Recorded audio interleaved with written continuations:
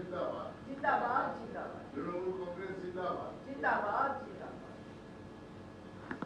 বক্তব্যে বলেছেন ভুল সংশোধনের কথা। তো যেহেতু আপনি একজন বিশিষ্ট ব্যক্তিত্ব, সেই জায়গা থেকে আপনার প্রতিটি অবস্থানের একটা ব্যাখ্যা থাকা দরকার। আপনি 2021 সালে বিজেপিতে যোগদান করলেন,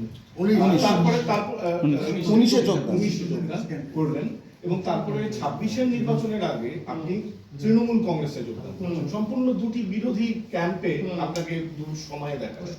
এটার একটা ব্যাখ্যা দেবেন? হ্যাঁ, দেখুন, আমি বিশ্বাস করি মমতা বন্দ্যোপাধ্যায় যেভাবে আমাদের রাজ্যটাকে এগিয়ে নিয়ে যাচ্ছেন এবং মানুষের জন্য যেভাবে কাজ করছেন এবং মানুষের ভালোবাসাকে যেভাবে পাচ্ছেন, and there's proof, it's not a lie, আমরা সবাই জানি মানুষ কিভাবে দিদিকে ভালোবাসে।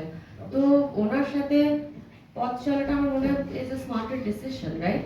আমি তো না, আমি হ্যাঁ, কারণ দেখুন, বেসিকটা আসে যেখান থেকে, সেটা হলো যে আমি মানুষের জন্য কাজ করতে চাই। আমি অভিনয় করছি বহু বছর ধরে, কিন্তু বাবাকে দেখে বড় হয়েছি। বাবা ওয়াজ আ ডক্টর, অ্যান্ড বাবা মারা যাওয়ার পর প্রচুর মানুষের ফোন করে কেঁদেছেন এবং সেইটা আমি তখন বুঝতে পারি যে কতটা ভ্যালু ছিল আমার বাবার।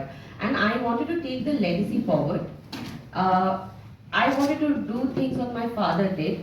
এবং আমার মনে হয় এই মুহূর্তে দাঁড়িয়ে দিদির পাশে দাঁড়িয়ে দিদির নেতৃত্বে যদি আমি কাজ করতে পারি মানুষের জন্য, I think it's a very decision.